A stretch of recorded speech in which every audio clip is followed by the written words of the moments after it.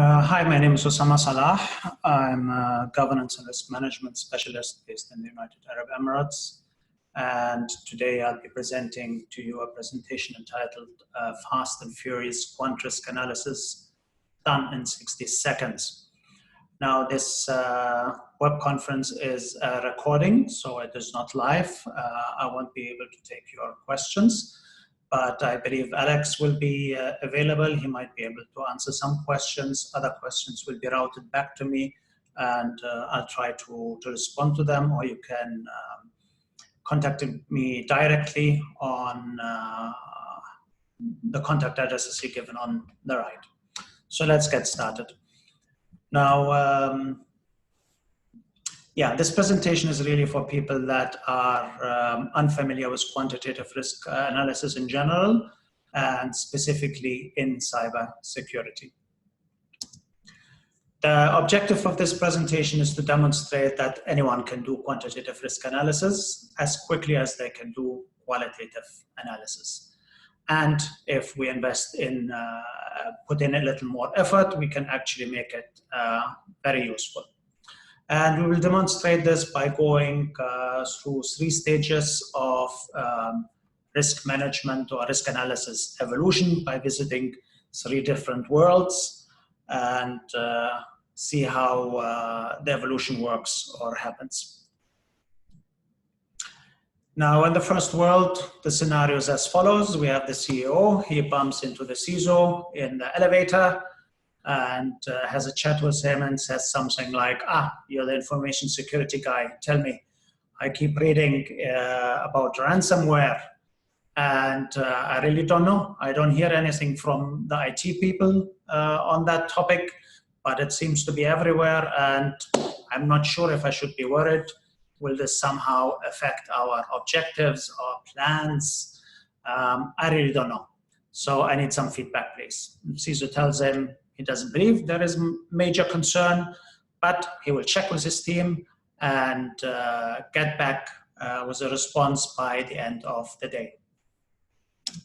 That basically means the CISO goes back, calls a crisis meeting, everyone is assembled, and he tells them of the engagement he had with the CEO and the problem. They need to get back with a response by the end of the day. So what do?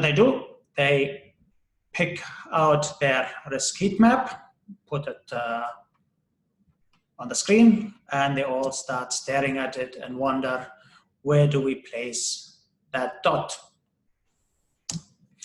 They have a constructive discussion, which basically means they start to argue and really are not getting anywhere. But usually what happens in these kind of scenarios is 2 things kick in. You have confirmation bias, where people actually tend, for the sake of harmony, to kind of agree with each other and reach some compromise or middle ground. That's one bias usually that kicks in. And then we have the authority bias. Usually they look up to the person with most authority and they see, okay, he's inclined towards what, and they go with that, with the opinion of the person who has most authority. So basically that means nothing to worry about. We have a leader, he will take care of it. We just need to follow the leader. And they have come up with some sort of rationale for their thinking, or maybe it's not rationale, it's a rationalization. And anyway, they end up saying something like, okay, we have antivirus software, it's well maintained, no worries. We haven't had any ransomware attacks in the past, so that's highly unlikely.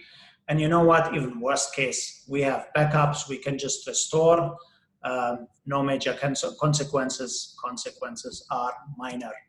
And they place that dot based on these labels, and it's green.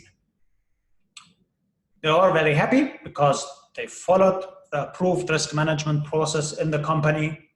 They pat themselves on the back, very proud. The risk is low or green. And you know what? They're a very proactive bunch of security specialists. And they say you can never be too sure, but everything is on control, but we will still focus on making sure our antivirus software is always updated and always working.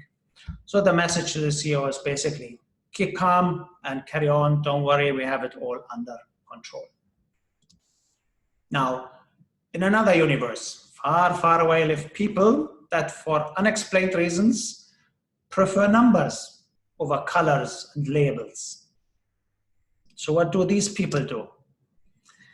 Same scenario happens, elevator, crisis room, but they don't get out the heat map.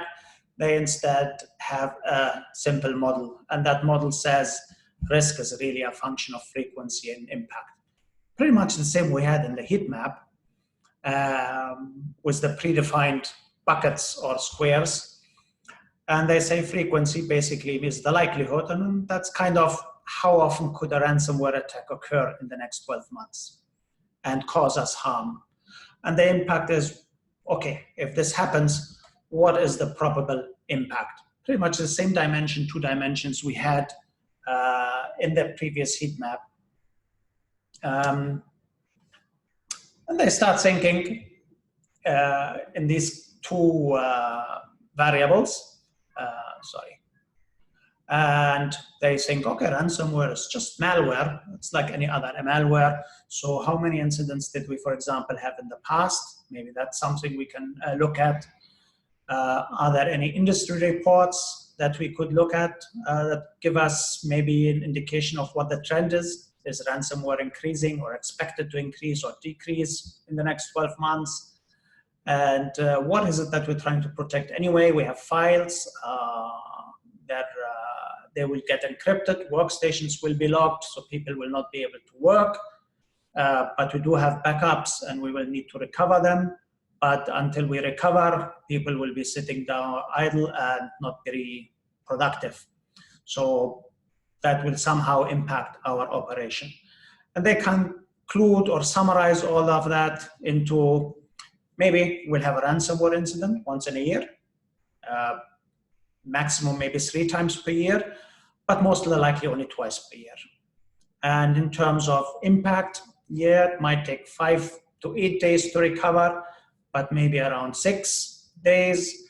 And during that time, we're unproductive. If we translate the losses of days being unproductive, that translates somehow into around $250,000 loss up to $400,000, but most likely around $300,000. So we pretty much did the same like we did in a heat map. We have buckets or ranges in the heat map. Here we just, in this universe, they defined their own buckets. One bucket goes from 1 to 3 as frequency, and another bucket impact is from 250,000 to 400,000. But these people improved a little on their buckets. First of all, they defined their own buckets. So if they make wider buckets, it means there is more uncertainty. If they make the buckets narrower or the range is narrower, it means they're more certain about their ranges. But they added something else. They also added the most likely. This is a kind of expressing on which side of the spectrum do they believe the loss exposure will most likely happen. So, for example, in the frequency, it's pretty much in the middle, and in the impact, they believe it's more likely that the impact will be on the lower side than on the higher side. So they look at these 2 dimensions, pretty much like in the heat map, and they say, let's play what if. So what if it happens only once per year? And we have the least impact, then we lose around $250,000. And what if, for example, it happens 3 times per year and we lose the maximum? Then it happens, then we lose around $1.2 million. And they play these scenarios, and that was 9 scenarios. But the people in this universe, they're very good with numbers. And they figure, yeah, these are 9 scenarios, but there is actually a lot of uncertainty. What about all the scenarios in between? What if the consequences will not be 300,000, but will be 352, or it will be $256,000 losses, and so on. So there's so much uncertainty and so many other scenarios to think about that are probable and could happen. Why confine ourselves only to these 9 scenarios? And they come up with an idea. They look at their ranges and say, okay, these ranges are limiting us. What if we turn these ranges into mathematical functions, into distributions, and then we can actually do math on the distributions instead of these ranges. So here we get a nice triangle centered, and here we get another triangle more on the left side. So they translate their ranges into triangular distributions. Now, what do they do with these two distributions? They basically say, okay, we'll play what if again, but we play lots of what ifs. We'll pick a value from here and randomly, and we pick a value from here randomly and multiply them. We get one what if scenario. And we pick another one randomly and another one randomly, multiply them. We get another what if scenarios, and we keep picking them.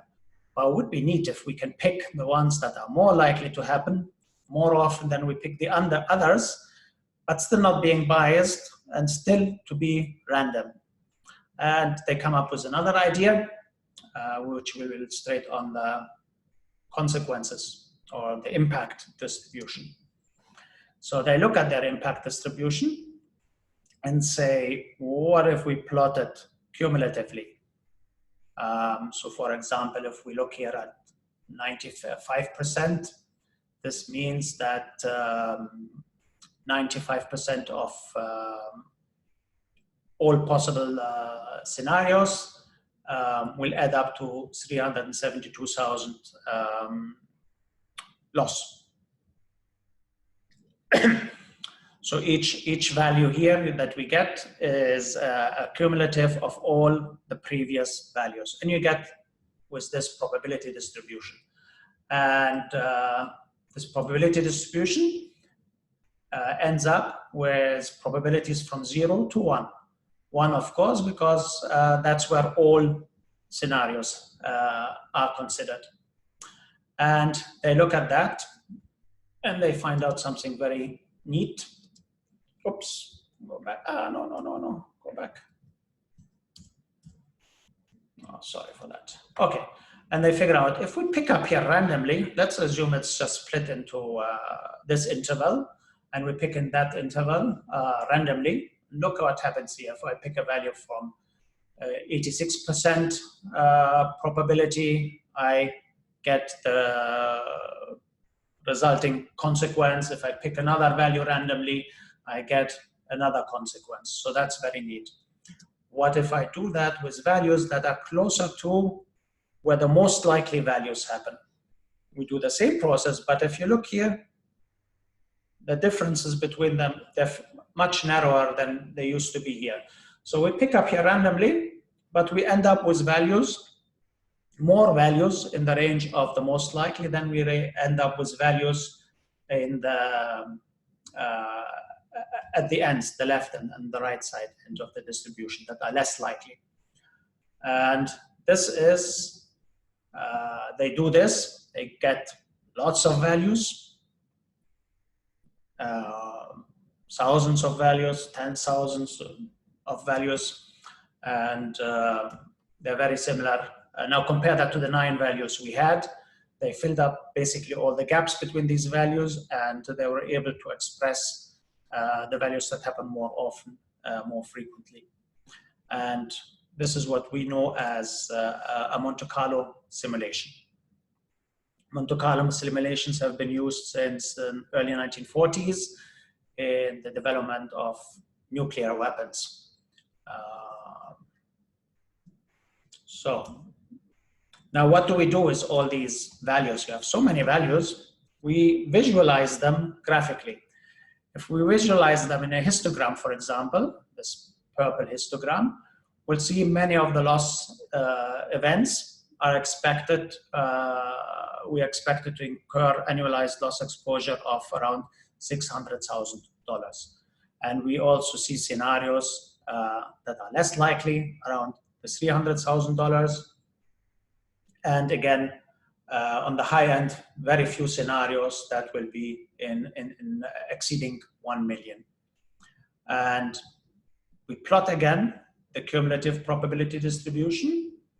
And what we can do is that, for example, if we look here on the right side, I map 80%, and that coincides with $759,000, which basically means 80% of the loss events that are probable to occur will be equal or below $759,000. Another thing we can look at, for example, if we look here at the 5% and the 95% thresholds, that basically tells us that 90% of all the loss scenarios will be between around $400,000 and $880,000 annualized loss exposure. So that's very neat stuff. And basically, all of that you're seeing there, now compare that to the single dot we had on the heat map. This is communication. This is an expression of uncertainty. This is something management can do work with. You're talking about dollars, and you're expressing your uncertainty. You're not hiding it, while nothing like that would ever be expressed with a dot on a heat map. Now let's take the evolution further. There's another universe far, far away. These people also don't like numbers and colors and labels, but they also don't like mental models. They like formal models. So what does that mean? So basically, we had the heat map before, 2 dimensions. We had risk expressed as a frequency and impact, which is a simple model. It's a model of 2 variables, frequency and impact. But what happened when they started discussing this? They basically sat down and said, sorry, they started thinking about so many things. What are the threats we're facing? Nation states, cyber criminals, and I don't know what, and what do they want from us? What is their intention, their motivation? What are their capabilities? They're thinking about vulnerabilities. What are the losses that could be occur? What impact would it have on availability, integrity, confidentiality? What are our assets, primary assets, secondary? What are our crown jewels? What threat types are we facing? Malicious, fraud, error? What are all the controls that are available, and all these technologies that we can use? And how do we think about laws, regulations, and all these best practices? How do we put this all together? Where does it fit in this 2-dimensional model of frequency and loss magnitude? And they start realizing this is a very simple model, and that it does not support the thinking process. Now, why do these people like formal models or believe in formal models? Because they have read about the work of many people in this domain, and most famously, I believe, is probably Professor Philip Tetlock. Professor Tetlock, for about 19 years, he worked with 284 experts, and he started recording their forecasts, and started recording how good they are at making forecasts, and they made in this period around 82,000 forecasts. He kind of concluded at the end of that research that these experts or forecasters are only slightly more accurate than chance. And usually they're worse than basic extrapolation or algorithms. So we're talking simple algorithms with maybe 2 variables. So models are better. We are better with models than just depending on our expertise. So he concluded at the end and said it is impossible to find any domain in which humans clearly outperformed crude extrapolation algorithms, less still sophisticated statistical ones. So what does that mean for this universe we live in? Sorry. In that universe, they heard about something called the FAIR model, which is available by the FAIR Institute. And that is a model that basically maps out risk. It explains the cause and effect relationship of risk. All the variables that make up risk are documented in this model. And that model is applicable to cybersecurity risk and also to operational risk. So what can we do with this model? It helps us decompose risk. It helps guiding our thinking. And the model has very simple definitions or taxonomy. Risk, for example, is simply the probable the probable frequency and probable magnitude of future loss. We had here before frequency, here now it's called loss event frequency, and loss event frequency is simply the probable frequency within a given time frame that losses will materialize from a threat agent's action. So how often will losses be incurred? Usually in a time period of 1 year. And what makes up loss event frequency? What if I want to break this up into, or decompose it into smaller units that I maybe can work with? We would decompose it into something called loss event frequency and vulnerability.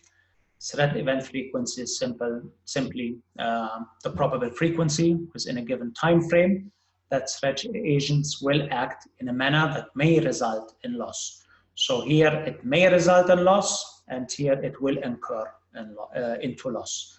And what makes something move from it might result in loss to actually become a loss event? It's the vulnerability. And vulnerability is defined as the probability that a threat agent's actions will result in loss. Now, you could break up this again, decompose threat event frequency and vulnerability in more parts.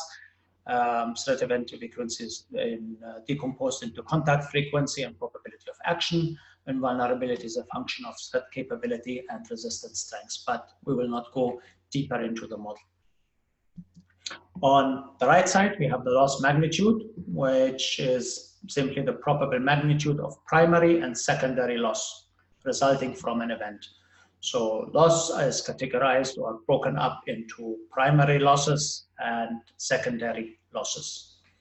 And also loss in general is split up into 6 loss types. So when we start thinking about loss, we shouldn't only think about productivity like we did in the previous scenarios. There is also replacement cost. There is cost in terms of responding to the event. There might be losses to competitive advantage, to our reputation, or fines and judgments. And we already mentioned there's a category of primary and secondary losses. And the easiest way maybe to think about it is that when you have, for example, 10 loss events, or let's say 5 loss events have expected or probably in a year, and you decide there will be productivity loss, then you will have productivity loss in each 5 of them in the ranges you define. But secondary losses, for example, reputation losses, might not happen in all 5 events. So it has its own frequency of occurrence. And that's basically the easiest way I found to think about primary and secondary losses. So what do the people do in this universe? They want to start using the model, but before they do that, it's critical that we clearly define the risk scenario that will be that we need to analyze. The problem really needs to be defined accurately. And the more effort we put into defining the problem, the easier it will be to move forward. And in FAIR, we typically do this through defining clearly the asset, which is things like production, customer data, order processing, or could be also physical assets. We think about the threat, which could be organized crime, nation states, privileged or normal insiders. And we think about what is the effect to confidentiality, availability, or integrity. As we think about these three, we typically document them in a small table. So here in this scenario, the asset, let's say it's an advertising company, and the asset is the campaign material that they develop for their customers, and these are all stored somewhere on file shares. And the threat, because this is now ransomware, the threat are cyber criminals. And the effect that this will have is on the availability, because they can't access the material anymore. This will be an availability effect, and they can't execute their mission.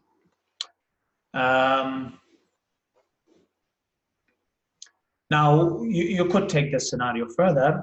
You could, for example, go further and say, okay, so we have ransomware on our workstations. That means not just the data is encrypted, but the whole ransomware, so the whole workstation usually gets also locked up. So I can't use it, for example, to access my ERP system or CRM system and so on. But in this scenario, and then typically you would add this as another line, and then at the end aggregate all your risks. But let's stick only with one scenario. Let's say they don't have ERM or CRM or whatever, and it's really only shared files. So they go back to their model, and their mission now is to start thinking about each of these building blocks of risk and find out what data sources they have to estimate ranges for these.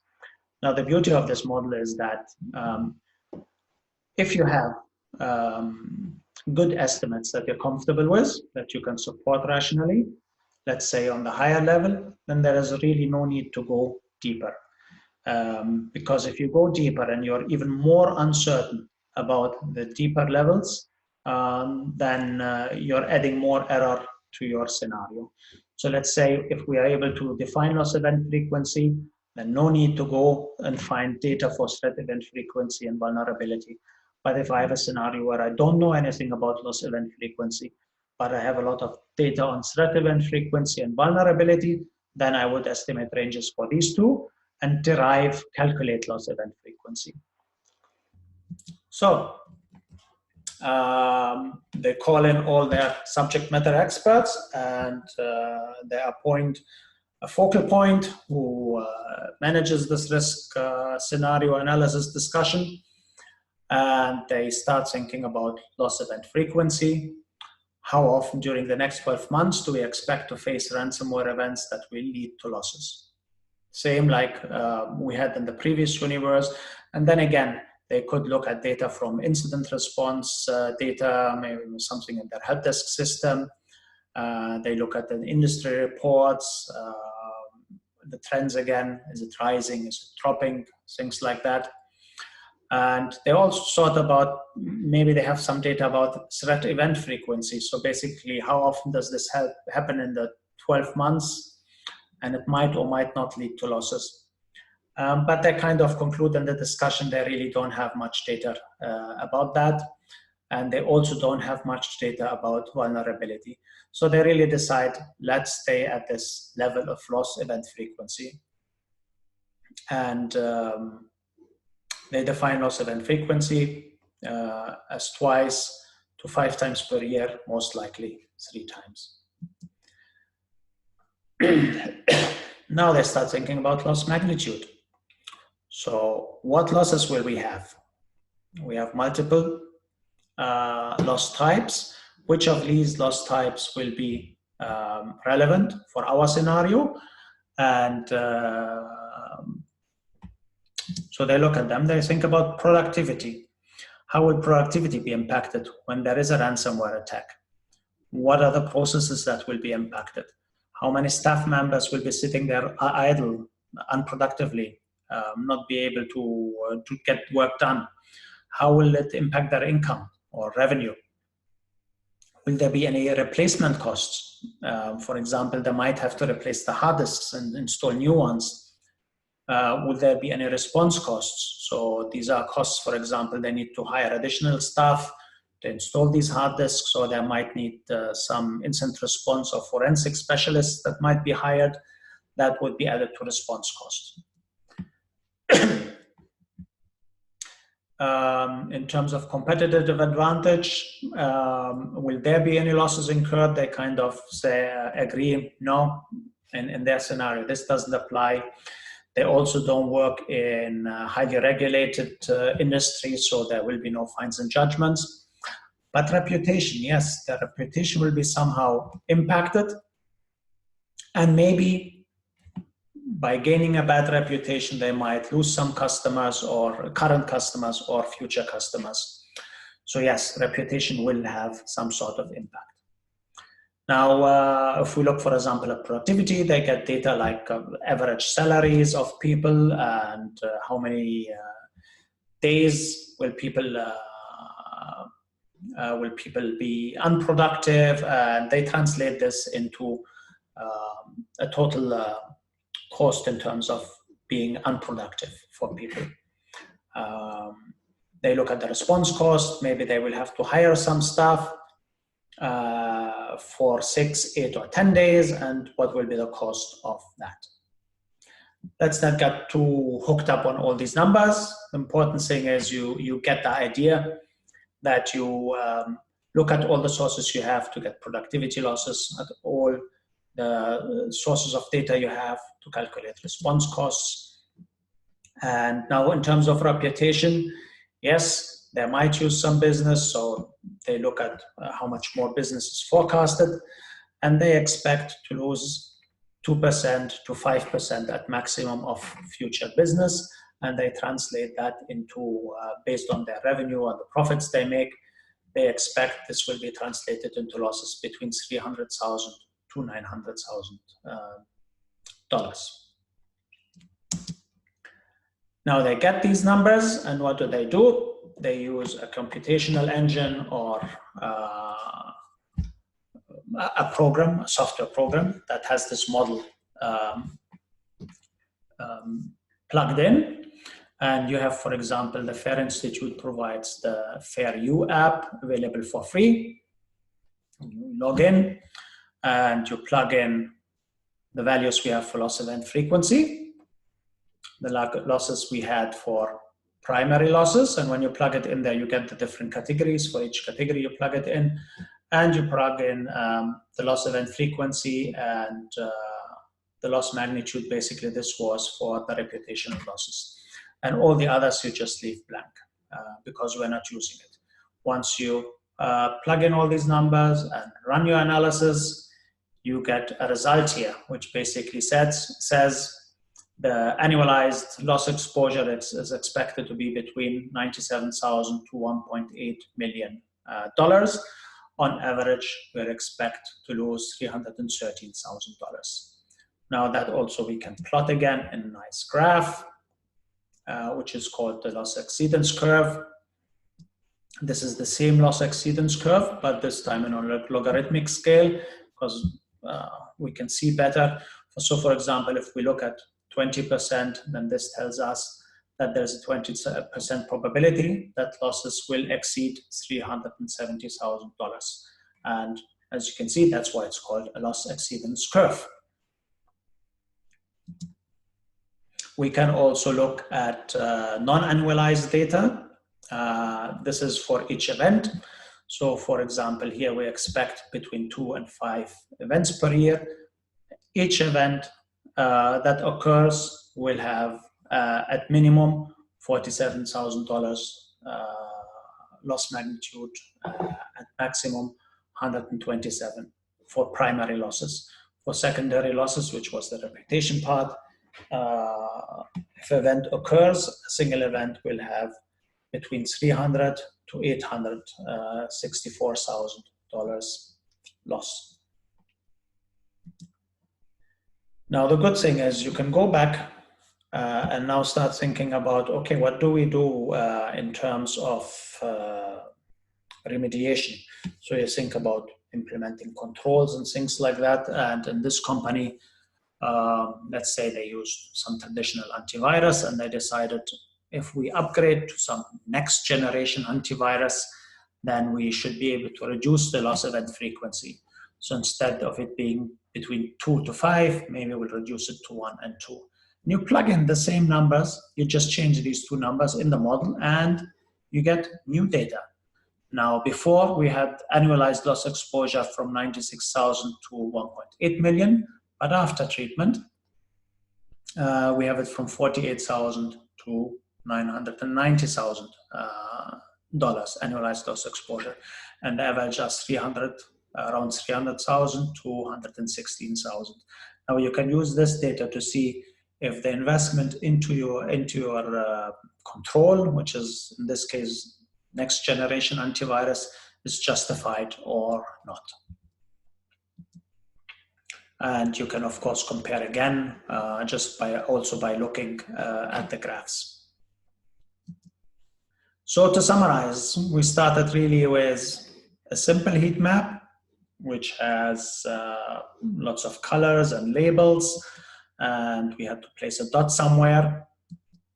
But then we started realizing these buckets that were defined have been defined by someone who has no clue what scenario we're actually working on, and he designed them to be applicable to all scenarios that we're going to face. And that was in the second universe, where they decided, no, that doesn't work for us. We want to define our own buckets.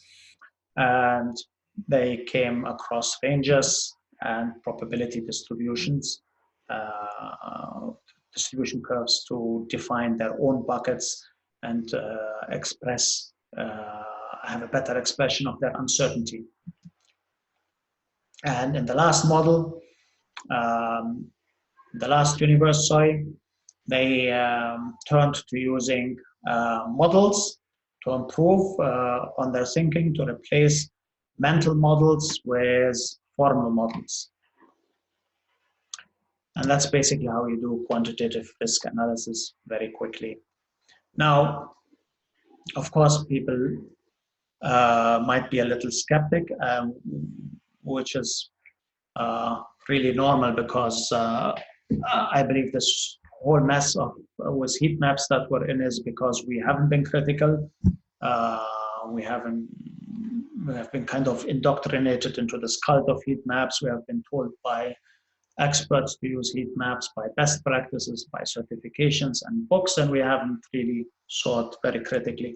So it's good to be skeptical and ask questions. One question typically is, are range estimates measurements? We're saying this is quantitative, which means measurements, and we expect really precise numbers.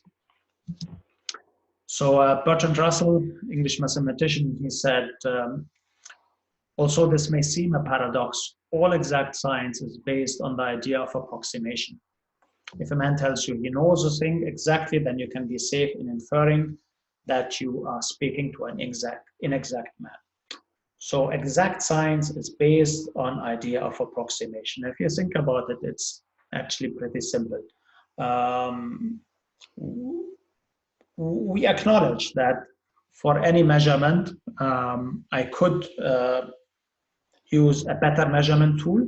I could make it more precise, or I could use a better measurement process, which also might give me better results. But it doesn't mean that the other tool or the other process was completely useless and wouldn't have been enough.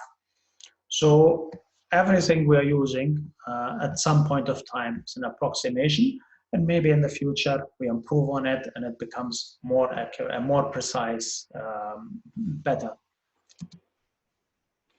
So that's kind of, in a summary, the idea that exact science is based on the idea of approximation. That basically means there's nothing wrong with using estimates.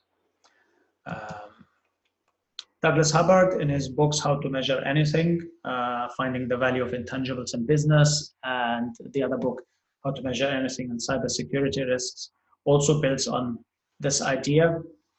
And he defines measurement as a quantitatively expressed reduction of uncertainty based on one or more observations. So this definition is maybe slightly different than what we normally think of when we talk about measurements. We expect a single precise number, but no, Douglas Hubbard says measurement is a quantitatively, or we need to look at measurement as a quantitatively expressed reduction of uncertainty based on one or more observations. So really, every measurement taken is an estimate with some potential for variance and error. And the question isn't really if a measurement is an estimate or not, because they all are. But what really is important is that these estimates, they need to be accurate. So they need to be correct. They need to reduce our uncertainty. So they need to be able to support our decision making. We need to be able to know more than we have known before the measurement. And we need to be able to arrive at them within our time and resource constraints. So it shouldn't take forever to make the measurements, because then it loses value, or it shouldn't be very expensive compared to the decision that needs to be made. So in this context, yes, these range estimates are measurements. Another question is, but defining estimates, isn't that just guesswork? Aren't we just making this up? No, we are not guessing. We are estimating. Guessing is intuitive, casual, spontaneous, no thought really behind it. And estimating is more that something that Mr. Spock would do. It's an intentional thought process. It's an informed assessment. We're examining our assumptions. We consider all available data. We develop a rationale, and we use ranges to account for our uncertainty. We admit there is uncertainty. We use wider ranges when we are uncertain. We use smaller, narrower ranges when we are more certain. So no, guessing and estimating is not the same, or defining these ranges is not guessing, it's estimating. Now, Douglas Hubbard has done some extensive work on that, and he gives training workshops on training people on how to make better estimates.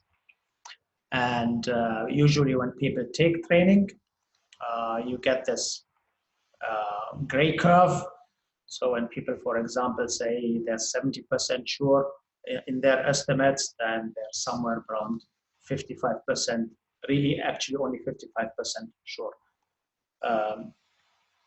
But after the training, when they say they're 70% sure, then they really are 70% sure, which basically means if we say someone is well calibrated, and we say he's 90% confident, then it means when he makes 10 forecasts, 9 of these forecasts will be correct.